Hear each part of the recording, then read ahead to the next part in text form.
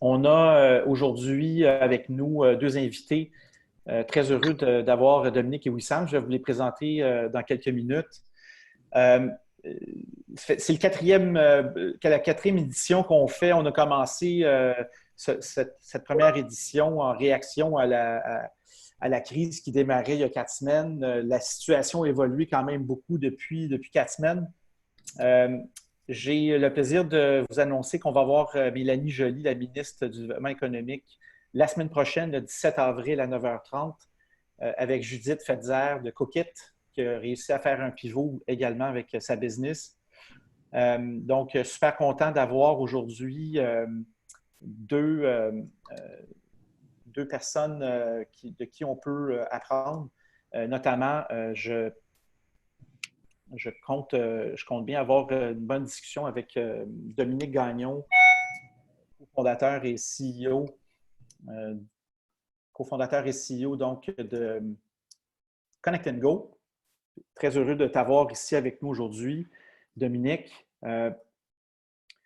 On a également Wissam Abirached, qui est ingénieur senior chez GitHub, qui va nous parler de son expérience de travail remote dans des business qui sont 100% remote, comme InVision et GitHub. Donc, très heureux de vous avoir ici, messieurs, aujourd'hui. On va commencer avec Dominique. Je vais juste m'assurer. Est-ce que le partage d'écran, Caroline, fonctionne bien?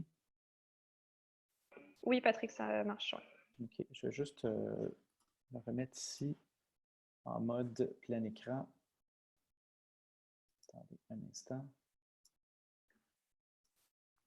Alors, j'ai comme perdu le... Je vais juste revenir en arrière une seconde. Je vais essayer de reprendre l'écran. Donc, excusez-moi, j'ai perdu mon PowerPoint. Pourtant, on le voyait. Vous le voyez, hein? Caroline, est-ce que tu le voyais? Oui, on le voyait, ton PowerPoint. Je te l'ai renvoyé dans le chat, Patrick, si jamais. OK. Je ne comprends pas. Je l'ai comme perdu de vue. Fait qu'on va le reprendre. Excusez-moi, on reprend ça tout de suite. Alors, donc, Dominique Gagnon, qui est à la tête là, de Connect and Go, une business qui est dans l'événementiel, une business qui a subi la crise de plein fouet.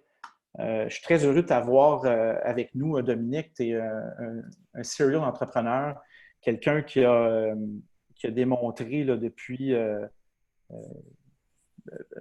plusieurs années là, ton expérience comme entrepreneur, ton implication aussi dans l'écosystème Startup montréalais. Merci d'être avec nous aujourd'hui.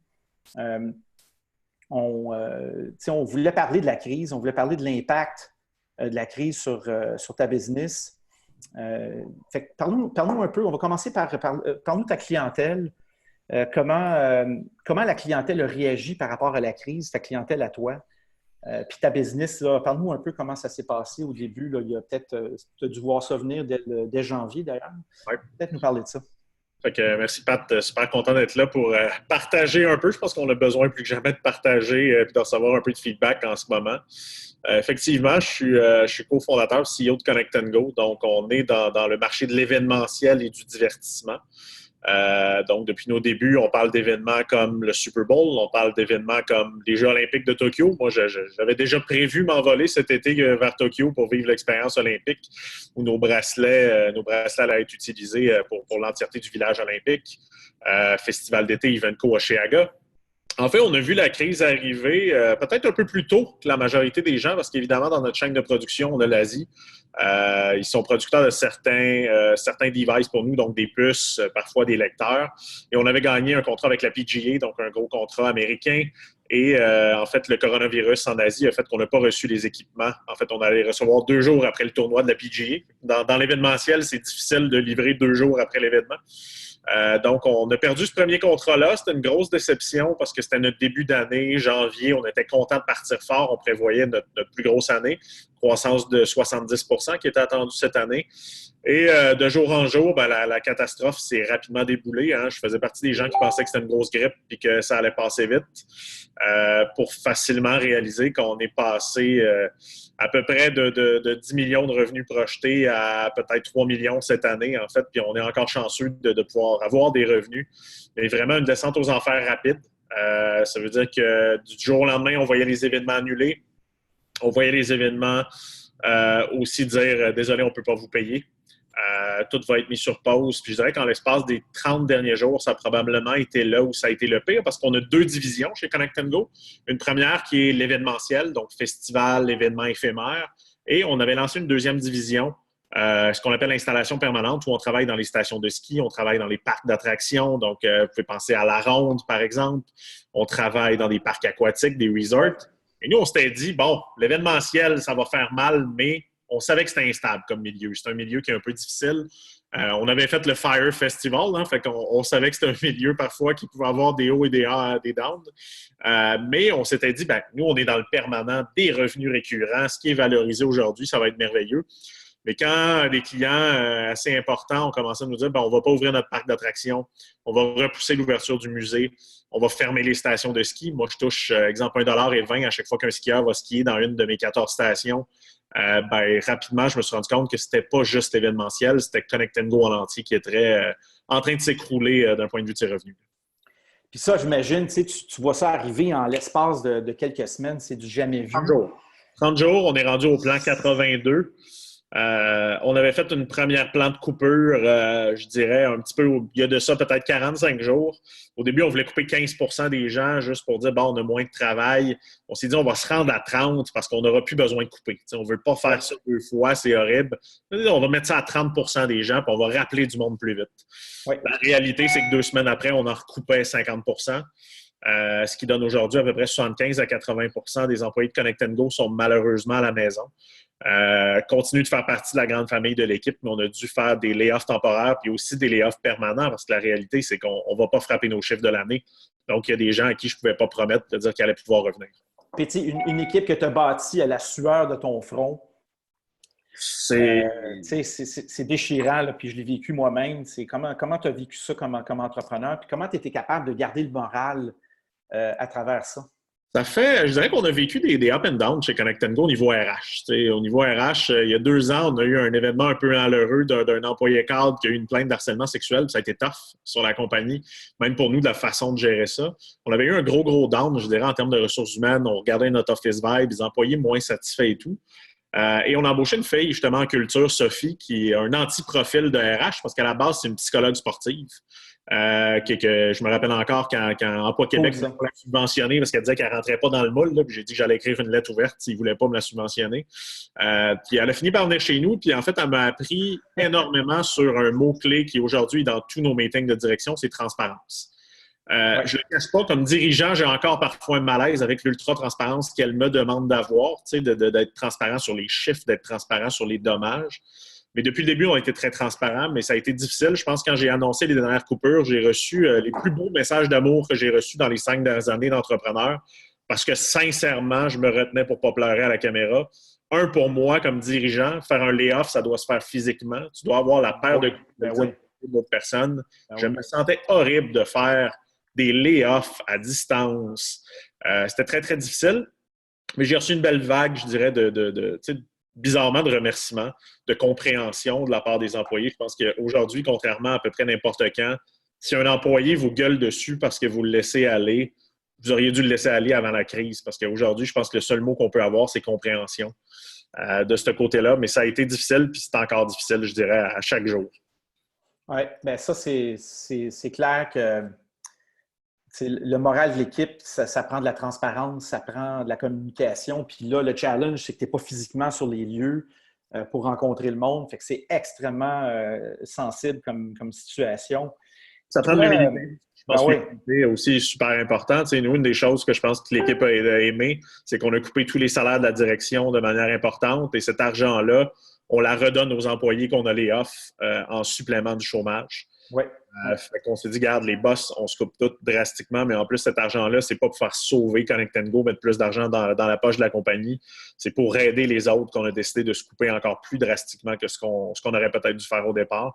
Puis je pense que ça aussi, c'était l'humilité de dire que les gens qui nous ont quittés nous permettent de garder nos jobs. Oui. Ben, puis c'est la pérennité de l'entreprise. Parlant de pérennité, ton lien avec tes investisseurs, comment ça se passe là, dans la crise? On a une bonne relation, je dirais, avec nos investisseurs. On a un family office chez nous. Puis on a deux anges financiers qui sont mes associés dans d'autres compagnies. C'est sûr et certain que aujourd'hui, j'ai un appel hebdomadaire avec mes investisseurs. Donc, à chaque semaine, il y a un débrief. À chaque jour, il y a des communications. On a la chance d'avoir une belle compréhension, je dirais, actuellement de la situation. Donc, je dirais qu'aujourd'hui, on est chanceux. Nos investisseurs sont en train de refaire une injection de fonds dans Connect Go qui était déjà prévue avant la crise. Donc, moi, je pensais que ça allait être annulé parce qu'évidemment, c'était un investissement pour de la croissance. Aujourd'hui, ça s'est transféré dans un investissement un peu plus pour de la survie et pour continuer à croître d'un point de vue innovation, mais plus croître d'un point de vue chiffre d'affaires. On a eu la chance d'avoir une belle relation, mais aussi on a été très francs avec nos investisseurs et ils ont aimé l'aspect qu'on n'attende pas qu'ils nous demandent rien. Donc, les coupures, je ne les ai pas faites à la demande de mes investisseurs. Les coupures de salaire de la direction non plus. L'annulation de nos bonnies non plus. Et ce que mes investisseurs ont dit, c'est que vous êtes une des seules startups dans lesquelles on a investi, à qui on n'a pas dû demander des gestes, mais qui avaient déjà des plans d'action. Donc, je dirais que ça, c'est que j'ai la chance de compter sur une équipe de direction qui était bâtie pour devenir une entreprise de classe mondiale, une croissance très, très forte. Donc, cette équipe de direction-là m'a aussi permis de bien naviguer, je dirais, là-dedans. Oui, puis ça, si tu n'as pas cet appui-là dans un temps de crise de même, là, c'est bien, bien, bien tough. Puis le mindset actuellement, là, tu sais, j'aimerais ça qu'on parle de ton pivot maintenant. Là, ça nous mène au pivot que tu as fait. Parce que, tu sais, dans un temps de crise de même, c'est dur de voir clair. Tu as des compressions budgétaires à faire, tu as des cash flows, c'est vraiment pas le fun. Mais en même temps, il faut que tu sois lucide. Il faut que tu vois les opportunités arriver. C'est quoi le mindset dans lequel tu es, toi et tes partenaires? Puis comment vous avez vu le pivot arriver? Comment vous avez saisi cette opportunité-là? Parle-nous un peu de ça. Je pense qu'on a fait 3 choses intéressantes. La première chose qu'on a faite, c'est d'impliquer les gens qu'on a mis au chômage temporaire dans des brainstorms et des réflexions. En fait, ce que les gens nous disaient le plus, c'est « s'il vous plaît, ne me laissez pas travailler à la maison ». C'est quand même compliqué, hein, parce qu'on avait des débats, nous, à l'interne, comme équipe de direction, on disait, il va falloir les manager, il y a peut-être des risques, mais on a quand même lancé des projets spéciaux. Fait que l'équipe travaille même en ce moment encore à réfléchir sur des pivots et ou des axes intéressants de ce côté-là. Ouais. L'autre chose, c'est qu'on a séparé un peu l'équipe en deux. Donc, il y a des gens qui sont plus opérationnels, donc qui s'assurent que le day-to-day fonctionne, puis il y a des gens qui sont plus stratégiques. Donc, il y a des gens qui travaillent dans la compagnie, puis il y a des gens qui travaillent sur la compagnie en ce moment. On est à peu près 19 encore chez Connect Go actifs. Donc, on est une grosse équipe. Moi, je trouve qu'on est chanceux en ce moment d'être encore 19, malgré que c'est 80% de diminution des gens. On travaille un peu sur les deux. Fait qu'on a fait, je dirais, il y a 2 pivots en ce moment qu'on fait. Le premier pivot, ça a été lui de voir comment on pouvait aider la cause du coronavirus. C'est important pour moi de dire le mot « aider ». Parce que, tu sais, pour moi, il y a 2 façons d'aider. Il y a de l'opportunisme. On en voit un peu, puis moi, c'est quelque chose qui me dérange un peu dans les médias aujourd'hui. Ouais. Donc, OK, on fait semblant qu'on veut aider, mais grosso modo, on voit très bien l'intérêt très capitalistique derrière tout ça. Moi, on voulait aider, réellement, la raison. Donc, on fait tout au cost. Donc, on travaille actuellement avec un projet sur le coronavirus. On avait une expertise en RFID. Les masques se font voler. On a besoin de traquer les systèmes de respirateurs. Donc, on met des puces pour être capable de traquer tout ça. Et on s'est associé avec un organisme crédible qui est la Société de logistique du Québec, l'Office de logistique du Québec, où on a créé un partenariat ensemble, puis on a offert nos services au ministère de la Santé, aux différents CISSS. Et aujourd'hui, on commence à avoir les fruits de ça. Encore, le défi de ce pivot-là, c'est qu'en ce moment, les médecins, les infirmières n'ont même pas de masque. Donc, on s'entend, ils ne peuvent pas se les faire voler, ils n'en ont pas. Donc, le projet même est retardé, un peu comme tous les projets de Connect Go, parce qu'eux aussi ont des défis logistiques assez importants. Le deuxième pivot qu'on est en train de faire, c'est un pivot post-crise. On se dit, bon, ben dans les attractions, les gens vont probablement vouloir être distanciés socialement, donc qui est le mot-clé aujourd'hui. Donc, on est en train de lancer une suite de produits qui va permettre, par exemple, aux gens de faire une file d'attente virtuelle. Donc, de pouvoir arriver à quelque part et puis devoir faire la file. Donc, pouvoir scanner son bracelet et se faire dire « Reviens dans 18 minutes, ça va être ton tour de faire la ride ». Le cashless payments empêche de toucher des devices, permet de faire des transactions sans contact. Donc, on va lancer quelque chose dans les prochaines semaines, mais on est vraiment en train de faire un spin-off au niveau du produit pour offrir des solutions post-COVID au niveau du domaine des attractions au Québec. Donc, c'est vraiment là où on est en train de revoir un peu notre suite de produits. Puis je pense qu'on avait une technologie bien positionnée pour être capable de faire ça. Puis, ça te demande-tu beaucoup d'investissement pour faire ce pivot-là en termes de prod? As-tu besoin de fonds additionnels ou ça va, tu es capable de le faire avec ton staff actuel? On le fait avec le staff actuel. Ça demande de la créativité. L'autre chose que j'ai découvert, c'est que c'est peut-être un des trucs que je peux dire un peu difficile, mais on s'est peut-être aussi rendu compte qu'on était peut-être trop avant la crise. Comme toute start-up qui a scale-up, rapide, grossit, etc. En ce moment, j'hallucine à quel point les gens se relèvent les manches, à quel point on est rendu dans une efficacité qui est hallucinante, à un niveau de performance, parce qu'aussi à 20, je l'ai dit, je ne suis plus le CEO. Je dis, on revient à la start-up où on est tous des employés, on est tous membres d'une équipe. Nous, on était rendus avec des procédures, des processus. On n'était plus une start-up, là, on était vraiment rendu plus une entreprise classique. Et de redevenir une start-up m'amène une flexibilité que, sincèrement, je m'ennuyais parfois. Et en ce moment, on est capable de faire des moves très, très, très rapidement. Mais c'est sûr que l'investissement qu'on est en train de finaliser, là, de recevoir, va aussi nous permettre de nous positionner. Parce qu'il y a deux places où on n'a pas coupé. Nous, c'est en R&D, donc au niveau développement, puis en vente et marketing. Parce qu'on se dit, si on n'investit pas en ce moment en vente et marketing, quand ça va reprendre, on ne sera pas là. Donc, on a besoin de continuer de parler à nos clients. On a besoin de continuer avec nos relations. Donc, tout le reste, pas mal été coupé. Les opérations, etc., c'est pas mal coupé. Mais développement logiciel, donc continuer à améliorer nos plateformes pour être plus prêts après la crise. Puis vente et marketing, c'est les deux départements qui ont été les plus épargnés chez nous. Puis, parle-moi de ta relation avec tes clients maintenant. Là. Est-ce que ça t'a permis de... C'est un moment privilégié pour te rapprocher de tes clients aussi, là, puis d'être dans l'empathie. Comment tu as vécu ça? Puis, est-ce que tes clients sont réceptifs à ce que tu les contactes, puis tu te rapproches d'eux autres, puis tu trouves des solutions avec eux autres? Il y a un mix feeling, je te dirais. Il y a un mix feeling. Il y a d'un côté, quand on dit que c'est un bon moment pour se rapprocher des clients, c'est aussi un moment où il faut prendre des décisions difficiles. Par exemple, un grand événement à Montréal avec qui on travaille. Hier, je disais, j'ai pas reçu ton dépôt.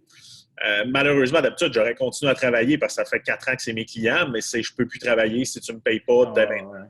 Donc, il y a des relations, je dirais, qui sont difficiles parce que la réalité, c'est que c'est un client depuis 4 ans. J'ai confiance en lui, mais dans la situation d'aujourd'hui, il y a une certaine paranoïa qui s'installe de dire, si on fait tout ça et qu'on n'est pas payé, qu'est-ce qui va se passer? Et d'un autre côté, on a des belles réflexions, des belles discussions avec nos clients. Ce qui m'inquiète le plus, c'est qu'on a tous une lecture différente de la situation. Parfois, on a une lecture assez similaire de dire en juillet, ça va reprendre fort. On a des gens qui pensent que les gens vont sortir de la crise, vont avoir envie de se voir, de se coller. Puis il y a des gens qui disent plus jamais pareil, les gens vont plus jamais vouloir aller dans un festival ou dans un Centre Bell. Ouais. Et on a presque moitié-moitié, donc on vit actuellement encore beaucoup d'incertitudes sur notre industrie, puis comment que le consommateur va se comporter à la sortie de la crise. OK.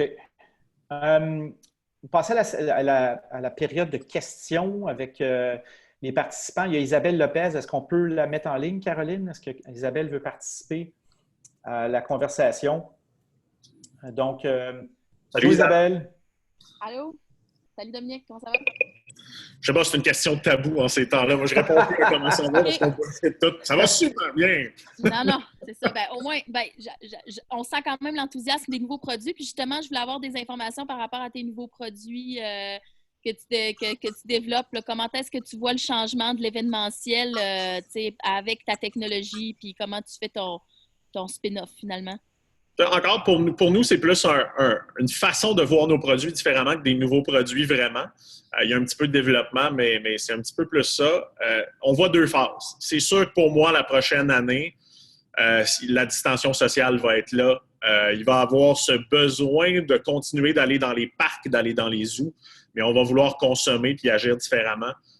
Donc, notre technologie a l'avantage de permettre, justement, je parlais de la file d'attente virtuelle, qui est un système utilisé chez les médecins avec chronométrique qui appartient à un ami, par exemple, qui est Magic Seat, où tu prends ton billet puis à la place d'attendre à la clinique, tu attends à l'extérieur. Ben, c'est un peu ça qu'on réplique. Donc, tout cet aspect-là, on a la chance, nous, de faire de la technologie frictionless, contactless, donc de la technologie qui empêche les gens de devoir manipuler. Donc, c'est un des pivots qu'on pense que les gens vont vouloir aller. On voit de plus en plus de clients nous appellent pour dire, ben, moi, je veux plus de file d'attente. On s'entend, là, c'est la règle des files d'attente dans les parcs d'attractions, c'est un must. Donc, on est en train d'un peu voir ça à court terme. C'est sûr que tout le monde s'attend que le gouvernement va réouvrir les portes, mais il ne va pas réouvrir les portes business as usual. Donc, veulent se préparer. L'autre problème en ce moment, c'est les prix. Un des avantages qu'on a quand les US vont redécoller, c'est qu'on va rester avec une économie et un taux de change très faible. Donc, nous, on mise énormément sur notre valeur compétitive sur le dollar canadien pour performer aux US. Mais c'est sûr que les budgets aujourd'hui sont réduits parce qu'on n'est pas encore dans des plans de reprise, on est dans des plans de survie. Donc, ça va rester à voir avec ce que le gouvernement va injecter si les entreprises vont recommencer à vouloir investir ou pas. OK, merci.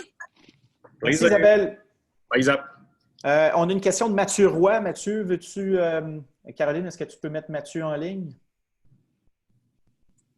Bonjour Mathieu.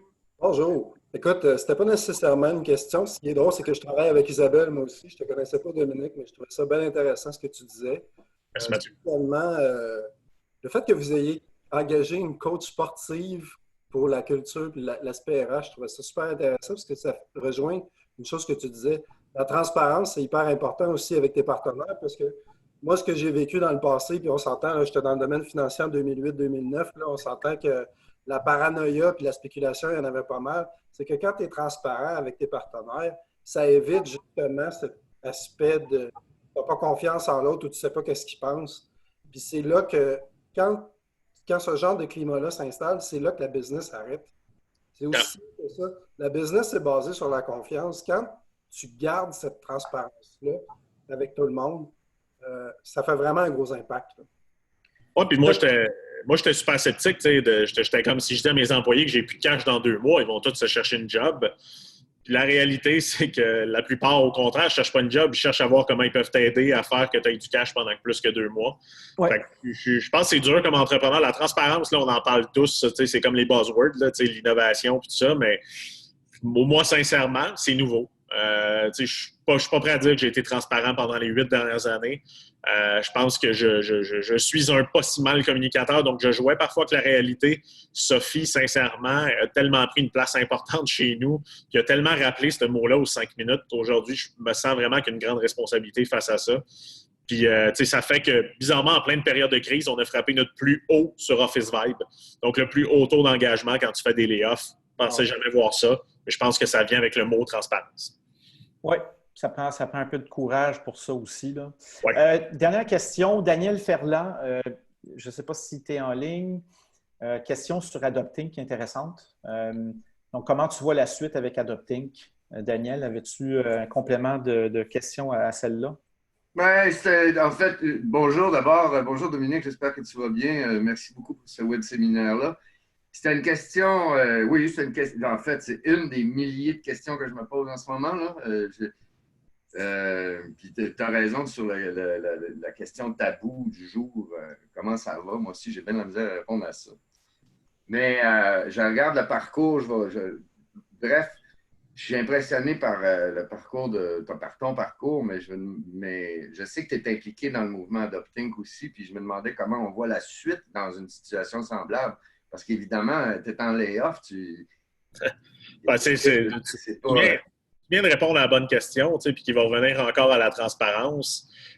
J'ai mon ami Anne Marcotte, qui est aussi mon agent de conférence, qui a fondé Adoptink avec Nick, qui m'a appelé, elle a dit « Dominique, t'es-tu encore là? » J'ai été très franc, j'ai dit « Je ne peux pas adopter quelqu'un devant mes employés et verser un salaire à cette personne-là quand je suis en train de couper l'heure. » Pour moi, à un certain moment, les premières personnes que je dois prendre soin, c'est mon équipe rapprochée. J'ai quand même dit, si ça reprend, je suis là. Et je suis là de n'importe quelle autre façon que de la façon économique. Je suis impliqué avec Zoo, je coachais des entreprises hier, je suis impliqué avec le Santec, Donc, pour moi, l'argent, c'est quelque chose. Le temps, ça en est une autre. Donc, j'ai jamais donné autant de temps, je dirais, à l'écosystème. J'essaie d'être là au maximum. Mais financièrement, c'est sûr que j'ai dit le 24 000 $ que je mettais, je ne me rappelle plus c'était ça, mais à peu près cette somme-là, il me semble, dans Adopting, ben, je vais uniquement le mettre une fois que j'aurai ramené toutes les miens à la maison. Parce que moi, je me vois comme un capitaine de bateau. C'est sûr que je ne vais pas commencer à payer d'autres bateaux jusqu'à temps que les gens sur mon bateau sont revenus, puis sont revenus sains et saufs. Donc, la réalité, c'est effectivement, je pense que le mouvement Adopting, puis bonjour Startup, tout ça, on n'a plus que jamais besoin de ces initiatives-là. Donc, moi, je pense qu'il faut que ça continue, mais c'est sûr et certain qu'il faut voir comment on va être capable d'appuyer ces organisations-là pour qu'ils continuent à faire du bien. Mais c'est sûr et certain qu'il ne faut pas voir des Adopting, des incubateurs disparaître. Je pense que plus que jamais, on n'a pas le choix de réinventer un petit peu nos façons de faire, puis ça va passer, entre autres, par la relève entrepreneuriale. Et moi, merci Daniel pour la question. C'est très pertinent dans le contexte actuel. Tu sais, les entrepreneurs en ce moment, ils vivent un cash crunch. Fait que c'est sûr que le cash, c'est dans la tête de tous les entrepreneurs à l'heure actuelle. Cash flow, protection du cash, accès à des liquidités, compression budgétaire, mais il y a aussi l'après-urgence qui va venir assez vite. Tu sais, on fait quoi avec la relance? On fait quoi avec notre produit? Comment est-ce qu'on pivote? Quelle relation on peut avoir avec les banquiers maintenant? Ce qui me fait un peu peur, Patrick, avec plusieurs startups que j'ai parlé, c'est qu'ils oublient que si en ce moment, je prends l'exemple d'un auto qui part dans une course, qui réussissent à garder l'auto plein de gaz jusqu'à la reprise, mais qu'une fois que la reprise prend, ils lancent l'auto, il n'y a plus de gaz. Plus de gaz. Puis il y a beaucoup d'entrepreneurs qui me disent « Ah, moi j'ai du cash pour 4 mois, je suis correct. » La réalité, c'est que si tu as du cash pour 4 mois, tu as du cash pour 2 mois. Parce que tu devrais prendre la moitié pour survivre puis la moitié pour te relancer. Faut être des petits hamsters puis se remplir les joues en ce moment parce que la reprise, je pense que Fitzgibbon l'a bien dit, va coûter plus cher que la dormance. Absolument. Puis on n'a, encore une fois, aucune idée des programmes. Donc, même si tout le monde nous dit qu'ils vont garocher des milliards, là, si on commence à bâtir nos business sur des promesses politiques, ça va peut-être être dangereux. Donc, moi, je dis à tout le monde, il faut protéger effectivement un maximum les liquidités. Vous avez sûrement des hypothèques sur vos maisons comme moi, des hypothèques surtout. Il faut aussi protéger l'entrepreneur d'une certaine façon. Il faut faire attention parce que demain matin, ben, c'est un système qui peut s'écrouler vite. Là. Puis, tu sais, ça me fait penser aux mesures dont on parle, toi puis moi. Là, on a un dialogue là-dessus, là, la mesure du fédéral de subvention salariale à raison de 75 %. Il y a eu une annonce ce matin là, par rapport aux critères d'admissibilité. On a baissé ça à 15 %, démonstration de 15 % de croissance. Et on n'utilise plus maintenant nécessairement l'année de référence 2019 comme point de comparaison. On peut utiliser les mois de janvier, février, mars pour démontrer une décroissance. On s'en va dans le bon sens, mais il y a encore un paquet de startups qui ne sont pas admissibles encore. Il y a encore du boulot à faire. Peut-être nous faire part de ton point de vue là-dessus. Tu vas recevoir la ministre Joly. J'ai eu la chance aussi de passer samedi un petit moment avec elle pour en discuter. Puis elle disait ouvertement, au minimum, j'ai aimé sa transparence, encore une fois un mot. Elle me dit ouvertement, le programme répond pas aux startups, aux entreprises en croissance et aux entreprises saisonnières. Bizarrement, Connect & Go est 2 sur 3. Fait que, ça, c'est un petit peu plate de mon côté. Mais encore une fois, ce programme-là, pour moi, ne tient pas la route. Même, tu parles du 15 %. En fait, si on regarde aujourd'hui, ce qui a été annoncé, c'est que c'est pour le mois de mars. Ils n'ont pas dit que c'était ça pour avril et mai. Ça, c'est encore 30 % aujourd'hui qui est annoncé. Donc, c'est pour le mois de mars qu'ils acceptent. L'autre chose, c'est qu'on sait c'est quoi la croissance. Puis je voyais quelqu'un faire un commentaire sur mon Facebook à ta réponse.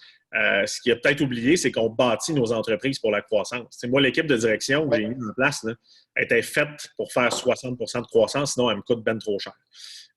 Donc, moi, je pense que le programme répond un peu mieux. Je suis comme toi, je salue. C'est déjà beaucoup mieux. Il y a une ouverture. Mais on est encore loin. Puis pour moi, on crée des injustices. Parce que j'avais un ami qui me parlait et qui disait « Ah, c'est cool, moi, je peux avoir la subvention, mais je sais très bien qu'il vient de s'acheter une Porsche puis qu'il fait 2-3 millions de profits. » C'est aucunement basé sur des métriques dans lesquelles aussi que je trouve que les compagnies aujourd'hui qui perdent un peu d'argent ou qui étaient sur le bord d'atteindre la rentabilité, c'est différent que des entreprises qui ont un gros écart de richesse. Puis ce que j'ai aimé de la ministre Joly, c'est qu'elle ne veut pas refaire un Occupy Wall Street. Donc, il faut aussi essayer de rebaisser l'écart entre les dirigeants et les employés. Puis moi, ça, j'y crois. Je ne pense pas que les mesures devraient enrichir les entrepreneurs, enrichir les entreprises. Le salaire du CEO devrait se rapprocher de plus en plus. Moi, sincèrement, je ne suis pas le plus gros salarié de ma business. mais aussi le but, c'est pas tant de sauver la compagnie, c'est de sauver les emplois, l'innovation. Mais moi, je serais mal à l'aise de recevoir de l'argent pour me verser un plus gros dividende l'année prochaine quand on sait que l'écosystème est sincèrement en train de s'écrouler. Oui, mais ça, c'est malheureusement le lot des subventions qui sont, qui s'appliquent à tout le monde. Là. Il y en a qui peuvent en profiter, effectivement, mais là, ça ne fait pas dans la dentelle. Il faut pouvoir sauver un maximum de startups dans le funnel, dans l'entonnoir de startups qu'on a bâti depuis 5-10 ans. C'est ça qui est menacé. C'est parce que ce n'est pas juste les business qu'on perd aujourd'hui, c'est tout le funnel qui va donner des scale-up puis des plus gros business dans 3, 4, 5 ans. Il faut sauver les bonnes. Je vais avoir l'air un peu difficile, mais je suis un fanatique de la méritocratie. Je pense que des entreprises disparaissent, c'est pas nécessairement une mauvaise chose. Je pense que ça fait partie de l'histoire entrepreneuriale. J'ai vécu mes hauts, mes bas. Tu as vécu les tiens aussi. On s'est croisés dans ces années-là. On a eu des très hauts et des très bas. Pour moi, c'est correct, ça, que des entreprises vont disparaître. Après, il y a deux choses. Moi, ce qui me fait peur, c'est les faillites personnelles de ces gens-là, parce que c'est pas de leur faute. Pour moi, si je me plante tout seul, je fais faillite, c'est ma faute. Aujourd'hui, ce sera pas de leur faute. Si des gens perdent leur maison puis leurs autos avec des familles, moi, pour avoir passé proche il y a une couple d'années, je sais c'est quoi.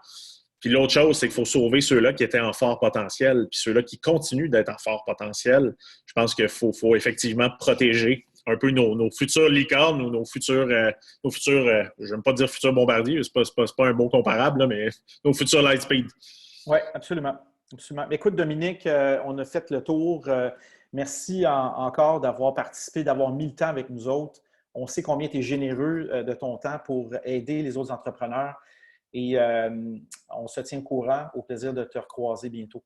N'hésitez pas à m'écrire LinkedIn si jamais vous avez besoin de quelque chose, conseil et tout, ça va me faire super plaisir. Merci, Dominique. Donc, on va passer au deuxième segment. Caroline, est-ce qu'on voit bien la prochaine slide? Non, on ne voit pas ton partage d'écran, Pat. Vous ne voyez pas mon écran? Non. Ici?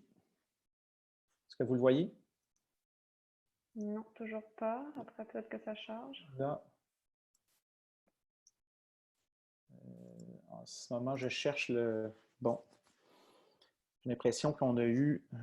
je vais juste refermer ça. On va refaire le partage d'écran. Puis pendant ce temps-là, pendant que je fais ça, je peux peut-être présenter Wissam Abirached. Donc, merci Wissam de te joindre à nous. On est super content de t'avoir avec nous aujourd'hui. On a avec nous, l'idée dans ce segment-là, c'est de parler du télétravail, du remote. C'est important parce qu'il y a beaucoup de business qui n'ont pas fait cette transformation-là de leur compagnie.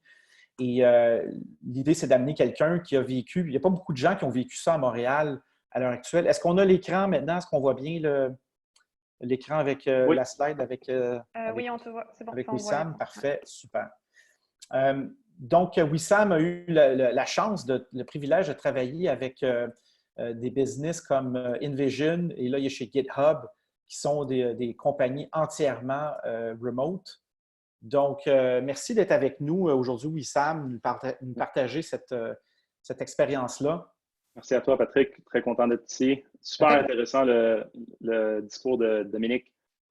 Beaucoup de hauts et de bas dans son histoire. Ça m'a beaucoup touché. Oui, c'est le but, c'est d'amener des entrepreneurs donc à témoigner de leur expérience parce qu'on traverse tous ça là, comme entrepreneurs, cette crise-là avec les employés, avec le cash, avec les banques, avec les investisseurs. Donc, puis de ton côté, peut-être nous parler de ton expérience remote chez InVision, GitHub rapidement. Puis après ça, on va aborder les questions par rapport à ce qu'on doit mettre en place là, comme business, comme culture d'affaires quand on veut quand on veut vraiment être une compagnie virtuelle en télétravail. Oui, absolument. Dominique a touché sur quelque chose de spécifique qui m'a beaucoup marqué. C'est vraiment la culture qui a bâti à Connect & Go, la transparence, le lien d'amitié.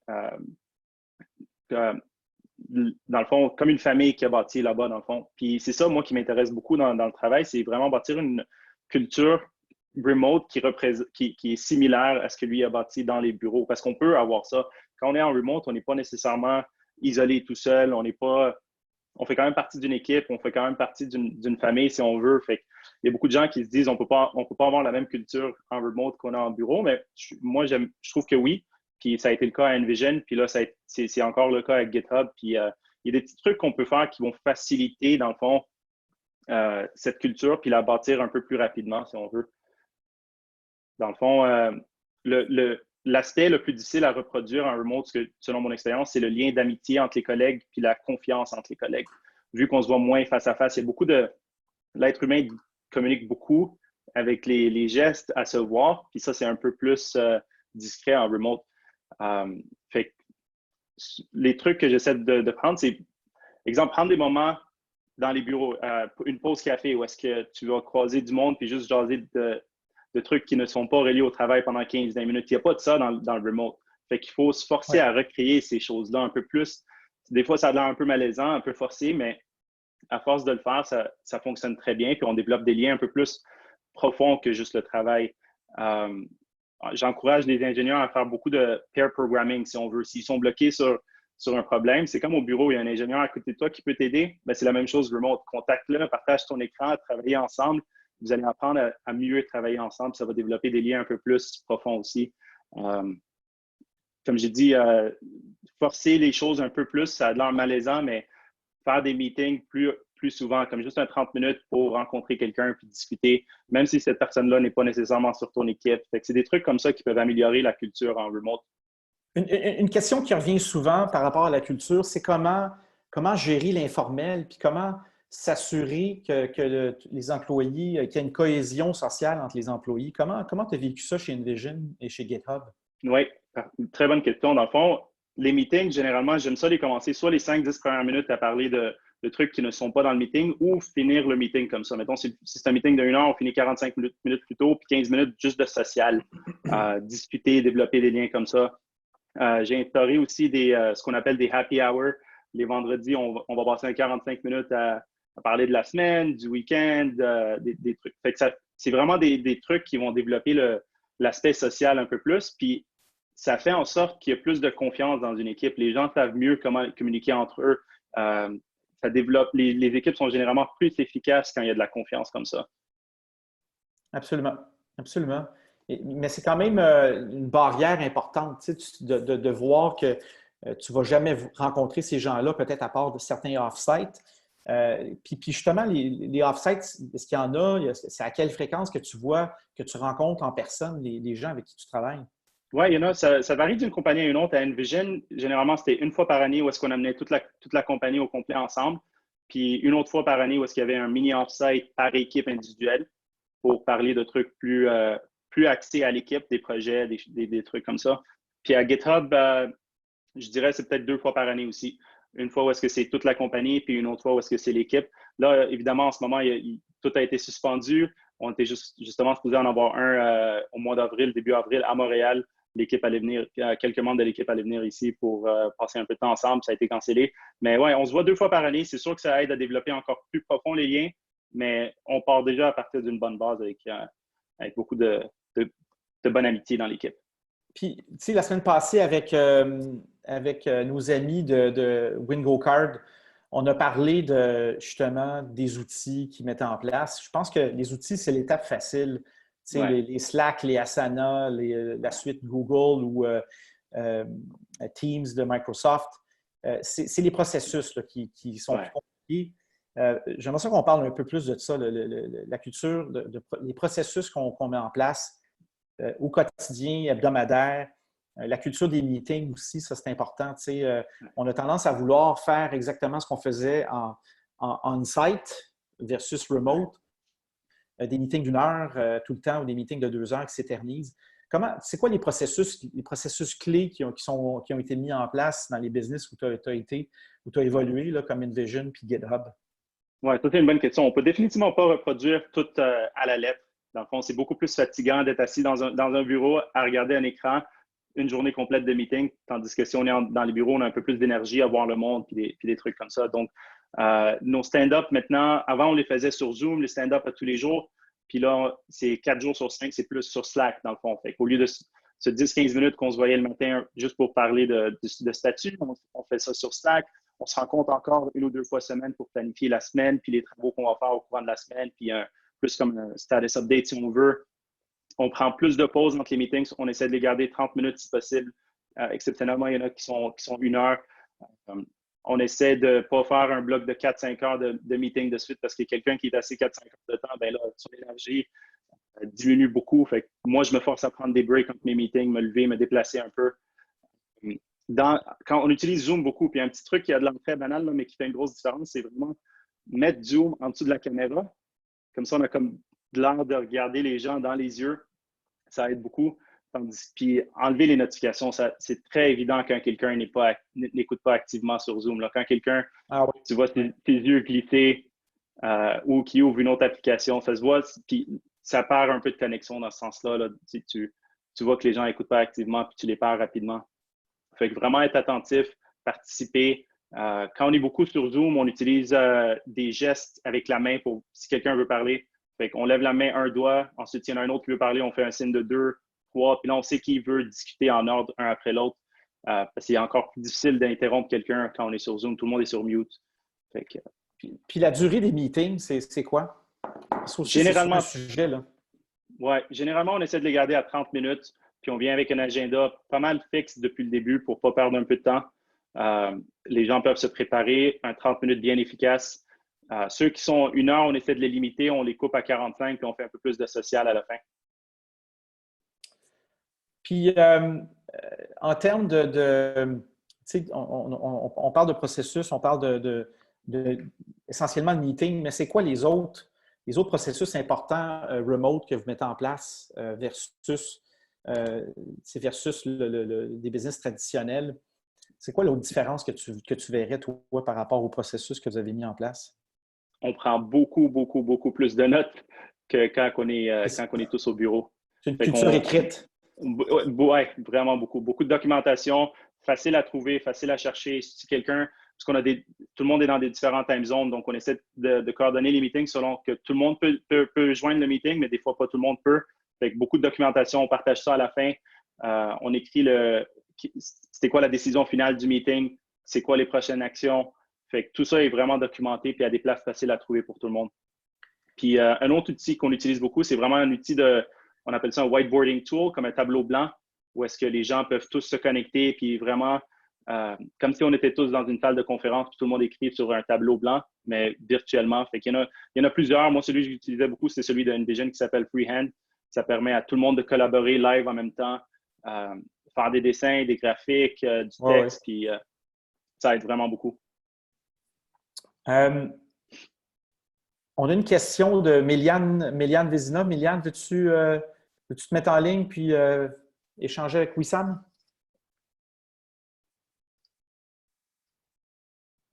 Oui, allô? Oui, salut. On t'entend. Merci, Patrick. En fait, je n'ai pas posé de questions. J'écoutais attentivement, donc c'est peut-être une erreur. Ah, OK, parce que tu as levé la main, là. J'ai vu une main levée. Ah. Mais très bien. Merci, Méliane. Sinon, je trouve ça très, très, très, très intéressant, puis je reste à l'écoute. Alors, peut-être nous parler de certains outils que vous avez mis en place. Là, on pense beaucoup à la suite Google, à Slack, à Asana. C'est quoi les autres outils que vous avez dans votre arsenal là, pour la mise en place d'une culture remote? Là? Oui, donc j'ai mentionné un outil pour Freehand, dans le fond, le whiteboarding tool. Il y en a plusieurs de la sorte. On utilise beaucoup d'applications sur Slack qui automatisent les choses. Donc, j'ai mentionné aussi, on fait un stand-up sur Slack. Il y a une application qui fait ça, qui va nous contacter. Ça s'appelle StandBot, Geekbot. Fait que, ça automatise tous les stand-up pour ça. On utilise une application qui s'appelle Donut aussi, qui intègre avec Slack puis qui fait en sorte que les gens se rencontrent à tous les intervalles. Mettons, il y a un groupe pour les managers. On est, mettons, 50 managers. Ben, ça va connecter 2 managers à la fois à chaque semaine pour que les gens continuent à se rencontrer. On utilise beaucoup, on fait un processus agile, fait qu'on utilisait Jira dans le temps à Envision, maintenant on utilise GitHub Project pour ces trucs-là. Slack, Google Doc, comme j'ai dit, tout est documenté, fait qu'il y a beaucoup de choses qui sont documentées dans Google Doc. À Envision, c'était Confluence de Atlassian, qui est la même compagnie qui a fait Jira. Puis Puis dis-moi, là, on parlait de la culture écrite. Là, ça, c'est une des différences que j'ai vues importantes. Est-ce que tout le monde prend des notes? C'est quoi la culture de prise de notes dans les meetings? On assigne quelqu'un, tout le monde prend ses notes. C'est quoi la culture? Ouais.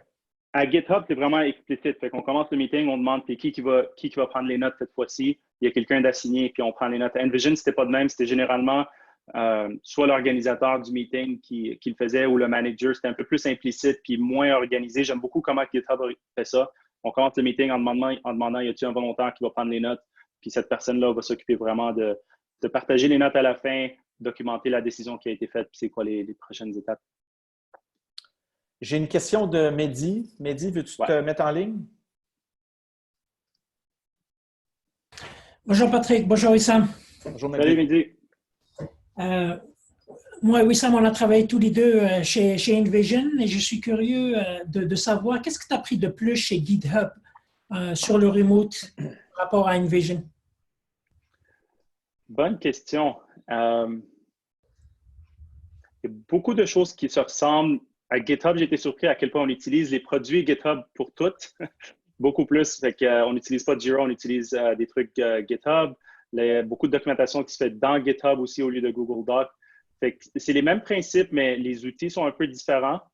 Puis j'ai eu un peu d'inquiétude avant que je commence à GitHub parce qu'en fait, on a 20 à 25 des gens qui travaillent du bureau à San Francisco, puis 75 qui sont remote. Fait que je me demandais la collaboration allait se faire comment, mais ils ont set up chaque salle de conférence avec une caméra puis un écran pour faire du Zoom, puis ça se passe quand même bien de ce côté-là. Ça se ressemble beaucoup. Et en termes de culture et de process, est-ce qu'il y a quelque chose de nouveau? Vraiment, vraiment beaucoup, je te dirais, Mehdi, jusqu'à maintenant. Sauf la documentation, on est beaucoup plus axé là-dessus qu'à Envision. Fait que est plus facile à trouver, est plus consistante, puis, mais sinon, le reste ressemble beaucoup à date. Parfait, merci beaucoup. Bon, merci Mehdi. Puis, aurais-tu un mot pour la fin, Wissam, conseil à donner aux gens qui veulent implanter une culture remote? Oui, je dirais que ça a l'air beaucoup plus épeurant que ça l'est pour ceux qui ne l'ont jamais fait. On a peur d'être isolé. Je me sentais la même chose au début. Mais si on prend les bonnes mesures pour se sentir comme dans une famille, comme dans une équipe, on garde un contact humain. On oublie qu'on est juste face à un écran puis on est tout seul. On peut avoir ces liens-là puis développer puis ne pas se sentir isolé comme on a tous peur au début. C'est très normal d'avoir peur et de sauter là-dessus à 100%. Ça fait 4 ans que je le fais, puis j'ai quand même développé de très bonnes relations avec des gens que je considère des amis, comme dans le temps que quand je travaillais dans des bureaux. Oui, puis quand même 4 ans remote, là, c'est intense. On a une dernière question. Mathieu Roy. Mathieu, veux-tu te mettre en ligne? Oui, absolument. Je suis curieux de savoir qu'est-ce que vous utilisez pour faire des workshops spécifiquement. On est en période de pivot, autant avec nos clients qu'en équipe. Puis, faire des stand-up, moi aussi, j'ai géré, puis j'ai travaillé avec des équipes à distance, mais des meetings versus des workshops, c'est différent. Je me demandais, c'était quoi tes go-to tools ou processus pour faire ça spécifiquement? Peux-tu juste clarifier un peu qu'est-ce que tu veux dire par workshop pour m'assurer qu'on a le même terme? Des ateliers, vraiment, du brainstorming, etc., beaucoup plus que... Oui. Bien, tout se fait sur Zoom. On commence par... on utilise beaucoup le whiteboarding tool. Fait que là, c'est souvent bien défini, mettons, 10 minutes pour que les gens mettent leurs idées, partagent leurs idées. Puis là, il y a un animateur. Les autres ensuite, ils se mettent sur mute. Il y a une fonction avec Zoom qui s'appelle Breakout Rooms. Fait que là, une fois qu'on a les idées en place ou les sujets en place, on va séparer les gens en groupes de 2 ou 3. Zoom te permet de faire ça. Ils vont passer 10 minutes ensemble. Quand on est prêt, on les ramène en groupe. On discute de ce qui a été fait. En groupe de 2 ou 3, facile de partager l'écran. Si c'est des trucs techniques, quelqu'un peut drive si on veut, puis là, il code, les autres le partagent. Sinon, ils peuvent collaborer. Fait que les outils sont, honnêtement, ça rend les choses tellement plus faciles. Mais Zoom, on utilise énormément ça avec un whiteboarding tool, puis ça marche super. Cool. Merci. Bon, merci Mathieu. Merci Wissam. Merci d'avoir partagé ton expérience de travail à distance chez Envision et GitHub. Donc, ce qui est notre segment. Merci Wissam. On va poursuivre avec les points habituels de suivi sur les mesures. Donc, je partage mon écran à nouveau. Caroline, est-ce qu'on voit bien mon écran? Oui, c'est bon, on voit. OK, super. Donc, dernière mesure gouvernementale, la semaine passée, il y a eu, comme on l'a vu, la mesure de 75 aussi le 40 000 en prêt libre d'intérêt de DEC. La Caisse de dépôt qui avait fait une annonce de 4 milliards pour appuyer des compagnies. Les dernières mesures annoncées cette semaine, donc il y a le portail de l'aide d'urgence aux travailleurs qui est maintenant ouvert. Il y a le prêt garanti pour 40 000 et moins pour les PME. C'est un programme provincial. Il y a aussi le ministère de l'Emploi qui a annoncé une mesure là, qui s'appelle le PACME, dont je ne me souviens plus l'acronyme, le programme d'aide, enfin, je ne me souviens pas de l'acronyme, donc qui vise à appuyer les entreprises qui veulent faire de la formation avec leurs employés en temps de crise. Et il y a aussi la subvention salariale d'urgence. Il y a donc celle de la mesure de 75 de subvention salariale. Ce matin, ça a été annoncé par le premier ministre Trudeau. Il faut maintenant démontrer une baisse de revenus de 15 et applicable également au dernier mois, donc de janvier, février, mars, comme point de comparaison. Donc, on s'en va dans le bon sens. Ça ne couvre pas encore entièrement les besoins des startups. Donc, les startups ne correspondent pas nécessairement à ces critères entièrement. Il y a encore du boulot à faire de ce côté-là. À ce sujet, on va accueillir Mélanie Joly la semaine prochaine, vendredi, le 17 à 9h30. Donc, ça va être l'occasion de nous fournir vos questions en préparation de ce webinaire. Aide-mémoire, donc les modalités d'accès aux mesures elles vont être mises en place progressivement. Il faut comprendre que les gouvernements font des annonces et ensuite, les modalités se précisent de jour en jour. Je rappelle que les mesures s'ajoutent aux mesures existantes des programmes qui existaient avant la crise. Vous avez toujours accès aux mêmes avantages. Puis le plan de relance économique s'en vient là, de la part particulièrement du ministère de l'Économie. Il planche déjà sur la relance parce qu'on s'en va vers ça progressivement là, au cours des prochaines semaines. On a 3 préoccupations des entrepreneurs à souligner cette semaine. Donc, la première, déterminer les options disponibles pour les startups qui n'ont pas accès au financement bancaire. Il y a essentiellement trois options. Il y a des subventions qui sont annoncées à l'heure actuelle à surveiller, notamment celle de la subvention salariale de 75 dont les critères d'admissibilité vont s'assouplir au cours des prochains jours, donc à suivre. Nous, on va suivre ça de très près et ça fait partie des questions qu'on va poser à la ministre Mélanie Joly vendredi prochain. Donc, à suivre. Il y a également les fonds d'appariement de BDC et d'Investissement Québec qui vont s'en venir, qui vont viser à suppléer, complémenter les fonds d'investissement actuels, donc pour pouvoir augmenter l'accès au capital pour les startups, donc sous forme de fonds d'appariement. Puis enfin, il y a les prêts garantis qui ont été annoncés, qui sont une autre source de liquidité à court terme. Nous, on souhaite chez Bonjour Startup là, promouvoir des mesures spécifiques aux startups qu'on articule cette semaine, qu'on va vouloir promouvoir dans l'écosystème et auprès des paliers gouvernement la semaine prochaine. On va vous tenir au courant de ces mesures-là qui viennent complémenter ce qui est annoncé jusqu'à date par les paliers de gouvernement. Et donc, l'autre préoccupation qui revient souvent par les entrepreneurs, c'est comment démêler les mesures gouvernementales. Ça, je vous rappelle qu'on a un outil en ligne, donc on a un document collaboratif Google dont le lien est sur notre site web bonjourstartupmtl.ca. Vous avez là l'ensemble des mesures gouvernementales à qui elles s'adressent. Puis vous avez une FAQ également qui répond aux questions par rapport aux mesures. Donc, vous avez ici les liens importants qu'on va vous transmettre dans le courriel de suivi demain. Vous allez avoir accès à ces outils-là. Je vous rappelle qu'il y a également service de coaching. via Montréalink, que vous avez qu'à écrire à coach@montrealink.ca pour faire votre demande. Donc, à suivre. Le prochain webinaire, donc à ne pas manquer, le 17 avril à 9h30, vendredi, on va accueillir Mélanie Joly, avec qui on va s'entretenir de l'écosystème startup, des mesures proposées par le fédéral et les assouplissements potentiels pour pouvoir inclure les startups ou un maximum de startups. On va également avoir le témoignage d'une autre entrepreneure qui connaît une croissance dans la crise actuelle, Judith Fetzer de Cookit, cofondatrice et PDG de Cookit, qui va venir nous parler de sa croissance fulgurante actuellement et des enjeux liés à la croissance dans cette crise. Donc, vous allez avoir le lien pour vous inscrire à cette conférence. Et je termine sur les quelques liens que vous avez pour vous inscrire, pour rejoindre la communauté. Il y a le canal COVID-19 sur la chaîne Slack de Bonjour Startup. Vous avez le lien dans notre présentation.